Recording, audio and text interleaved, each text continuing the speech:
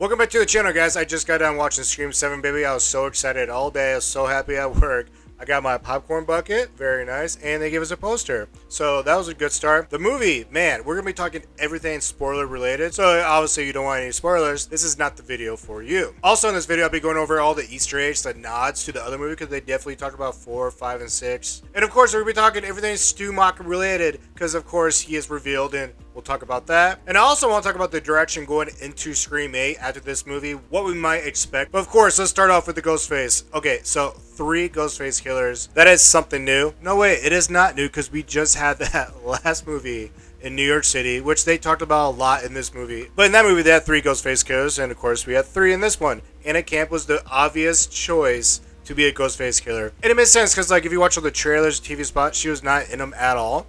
But the question was, is she going to be Stu Macher's sister? Because that was more of a very good possibility. Nope, she is not Stu Macher's sister. And she turns out to be one of these, psycho patients where she was at Fallbrook. And of course, that's where you get the second Ghostface killer. That was played by Ethan Embry, which was kind of a surprise that he was the Ghostface. And of course, the first one named Carl. So this Carl guy, we all knew he was going to be the mental patient that escaped.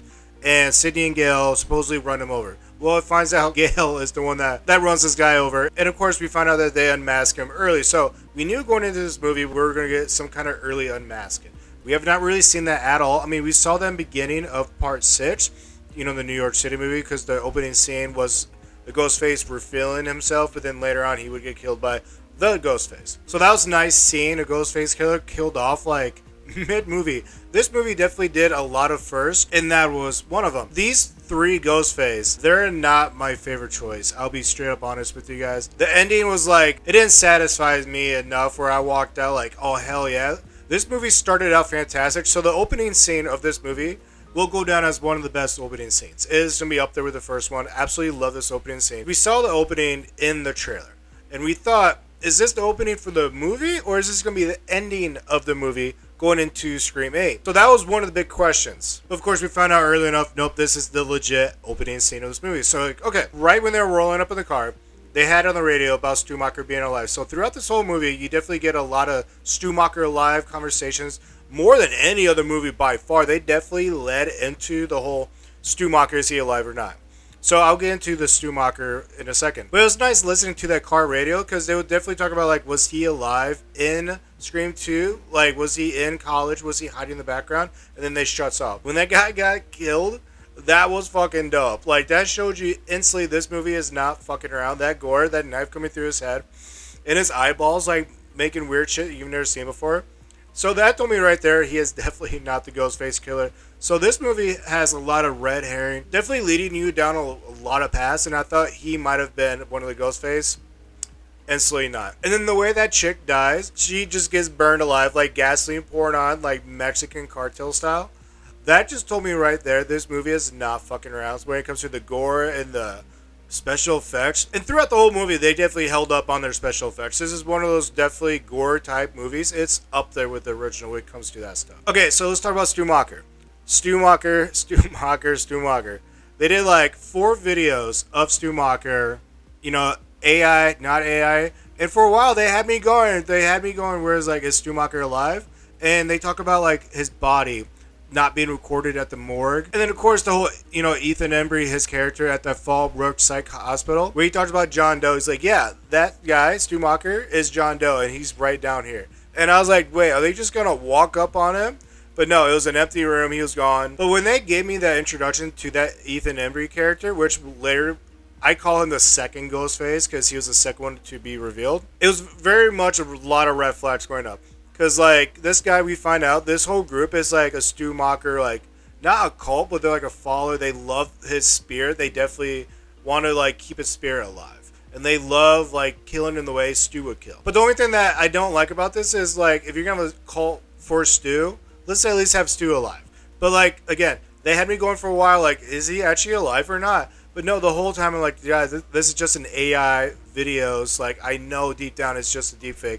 And then they show Dewey, Mrs. Loomis, which that was a surprise. I was actually surprised there was no Billy Loomis, like Skeet Ulrich in this. I didn't see any of that. Dewey, like, and then of course Roman Bridger. all those dead people we knew were coming back was just one segment. I didn't like this at all. I really feel like it was cheesy cash grab, to be honest. I really did. And it's such because like this movie was made really well. Kevin Williamson, as a director, you could tell the style of this movie was definitely different. Like 5 and 6 had their own feel. 1 through 3 had their own feel. And then 4 was their own feel. Even though 1 through 4 was all by Wes Craven, it's like the rut of the litter. It's just like, it's really by himself, just different. But I love the way Kevin Williamson made this movie. Like the song choice and where he put it in the tone of this movie. And also it flowed really good. The editing, the pacing, it felt good. It felt smooth and it felt really kind of really planned out. So that was really nice. Okay, so in the opening scene, they had like another movie of trivia. Of course, we've seen that almost in every fucking movie. If you notice, like Halloween 4, you know, when Michael Myers like has his face goes in and out of the shadows, that is what that reminded me of this movie. Like Ghostface throughout this whole movie does like that in and out shadows shit.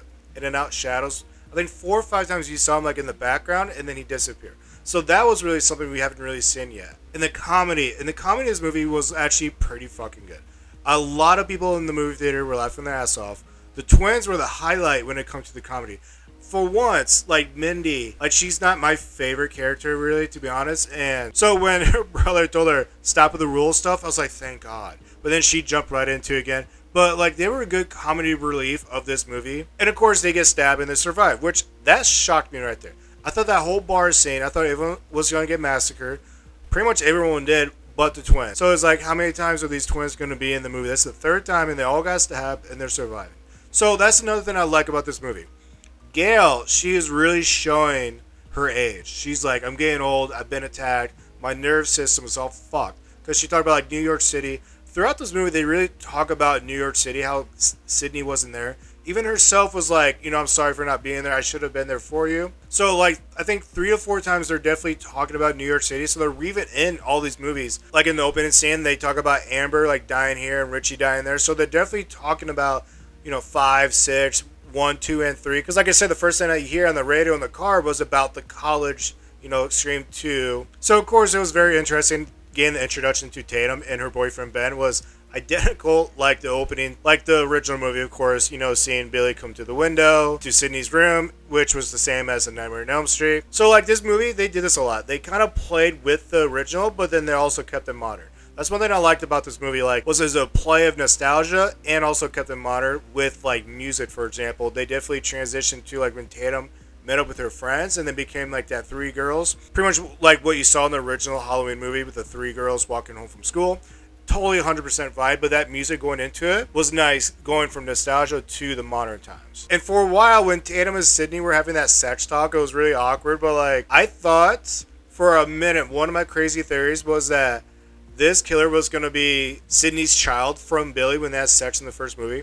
And she gave that baby up for adoption, just like what her mother did with her brother Roman. And that boy was going to be coming back as the killer. So that was my crazy theory going into this. And then they start talking about like, how old were you when you had your first time having sex? And for a second, I'm like, oh, they're actually going to fucking go down this route. But then nope, of course. So that was a close one. Okay, so they definitely talk about the children of Sidney Prescott, because we knew there was more than one. It was 2 or 3 was the debate. Mostly we knew there was 3. And they definitely early on just like took that out of the window when they introduced the 2 young kids over at Grandma Evans' house. So that settled the debate right there, because I was really wondering, where are these other children at? Okay, so McKenna Grace, I don't know what is going on with her in horror movies lately, but her like at Five Nights at Freddy's 2, she's in the scary movies and she's barely being used.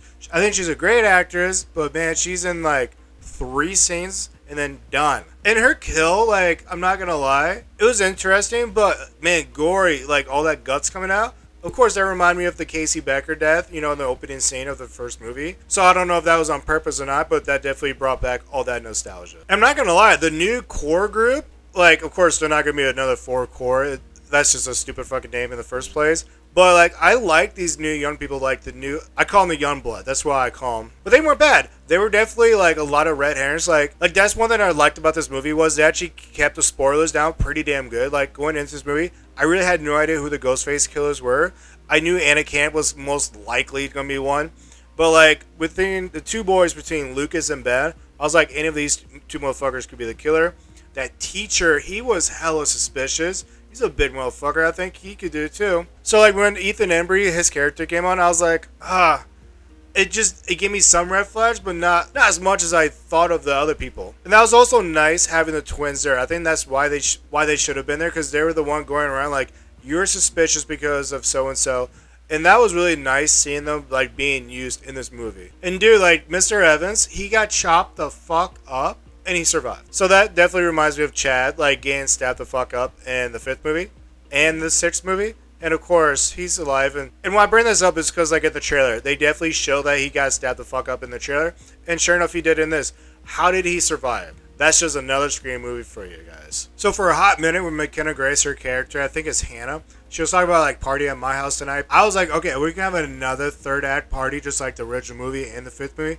No, I'm glad we actually did not. Like, ended up being, I would say that bar scene kind of was that third act bloodbath. But it was more like, that's kind of like more like second act going into the third act. Not quite there. So I was really surprised that the ending scene was going to be at the house. It's going to be in the backyard of the house. And of course, they had like Tatum like strapped up like Steven was in the opening scene of the original movie. I was like, really? We're going to do this again? Like more of these nostalgia stuff. And it's just like by the time we got to the very end, it's like, okay, I had enough of this nostalgia. We need to move a little bit forward here. And by moving forward, I'm talking about Scream 8, baby. And yeah, they did absolutely nothing going into Scream 8. They didn't say nothing like cliffhanger, no end credit stuff, because the end credits was the twins, like having a good laugh. Like, it was funny, but there's nothing talking about Scream 8. We're going to be doing this, the possible direction of this, because they're pretty much saying, like, Stu is dead.